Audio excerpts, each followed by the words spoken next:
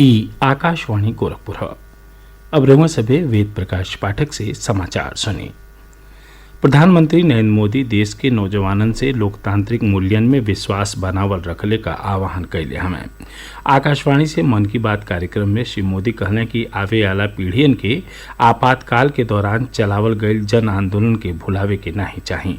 देश में 25 जून 1975 के आपातकाल लगावल गईल रहे।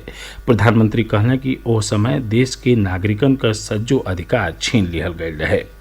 प्रधानमंत्री कहना कि कई गो कोशिशन, हजारन लोगिन क गिरफ्तारी और लाखन लोगिन पर अत्याचार के बावजूद लोकतंत्र में देशवासियन क आस्था नाही डगमगाइल।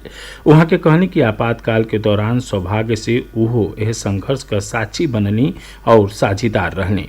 श्री मोदी कहले कि आज जब भारत अपने स्वतंत्रता का 75 बरिस का उत्सव मना रहल हवे तो देशवासियन के आपातकाल के ओह भयावह दौर के कब्बो नाही भुलाए के चाहिए। प्रधानमंत्री कहले कि पिछला कुछ बरिस में अंतरिक्ष के क्षेत्र में देश कई गो बढ़न उपलब्धि हासिल कैले हवे। एहमे से एगो उपलब्धि इन स्पेस नाव क एजेंसी स्थापित कैल हवे। ई एजेंसी भारत के निजी क्षेत्र बदे नया मौका के प्रोत्साहन दे रहल हौ।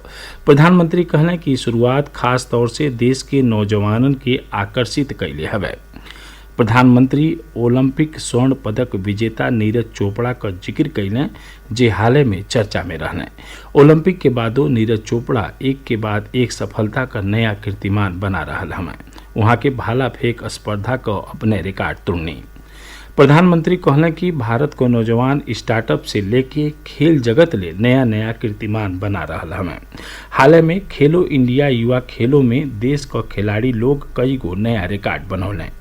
प्रधानमंत्री पुदुचेरी का भी उदाहरण देहले, जहाँ लोग जीवन बदे पुनर्चक्रण अभियान शुरू कैले हमें। एहमे हजारों किलो कचरा रोजाना इकट्ठा कैल जाला और उहमे से जैविक कचरा छांट के खाद बनावल जाला। प्रधानमंत्री हिमाचल प्रदेश में अनोखा साइकिल रैलियों का उदाहरण देने, जहाँ कुछ लोग स्वच्छता का संदेशा देवे बदे साइकिल के जरिए से शिमला से मंडी गैले का अभियान शुरू कैले। प्रधानमंत्री कहना कि देश में मानसून लगातार आगे बढ़ी रहल हो। वहाँ के लोगन से जल संरक्षण के दिशा में खास कोशिश कैले के अपील कैनी। प्रदेश में लोकसभा उपचुनाव का दोनों सीट रामपुर और आजमगढ़ पर भारतीय जनता पार्टी जीत हासिल कैले हवे। आजमगढ़ में भाजपा उम्मीदवार दिनेश लाल यादव निरहुआ सपा के धर्मेंद्र यादव के 8,600 से बेसी वोट के अंतर से हरा दिले हमें। श्री निरहुआ के 3,12,768 वोट मिलल, जबकि धर्मेंद्र यादव 3,04,089 वोट पौने। बसपा का शाह आलम और गुड्डू जमाली तीसरका जगह पर रहने। वहाँ के 2,66,210 वोट मिलल।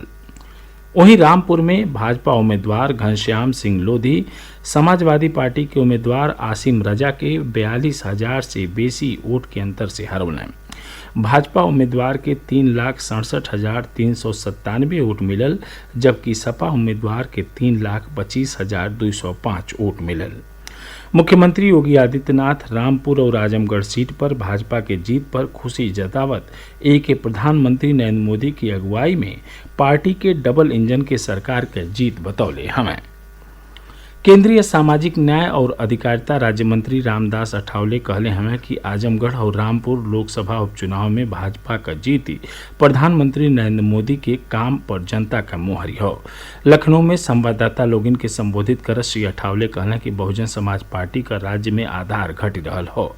वहाँ के एनडीए का राष्ट्रपति पद का उम्मीदवार द्रौपदी मुर्मू के समर्थन देवे बदे बसपा अध्यक्ष मायावती का आभार जतौनी। यूपी डा का कार्यपालक और अपर मुख्य सचिव गृह अवनीश अवस्थी आज औरैया जिला के मेहौली में निर्माणाधीन बुंदेलखंड एक्सप्रेसवे का निरीक्षण कैले। वहाँ के एक्सप्रेसवे का सज्जो लटकल कार्य 10 जुलाई ले हर हाल में पूरा कैले के निर्देश देने। अधिकारियों के साथ बैठकी में श्री अवस्थी बतौना कि अगला महीना प्रधानमंत्री नरेंद्र मोदी बुंदेलखंड एक्सप्रेसवे का उद्घाटन करी हैं। यूपीडा और एनएचएआई का अधिकारी बतौना कि अबले जोन 5 का 98% काम पूरा हो चुकल हो। बचल 2% कार्य 10 जुलाई ले पूरा कैल जाई। प्रधानमंत्री 29 फरवरी 2020 के बुंदेलखंड एक्सप्रेसवे का नींव धैले रहने।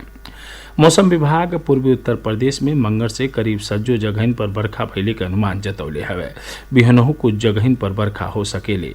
वहीं पश्चिमी उत्तर प्रदेशों में मंगल से कुछ जगहन पर बरखा भइले के उम्मीद हो।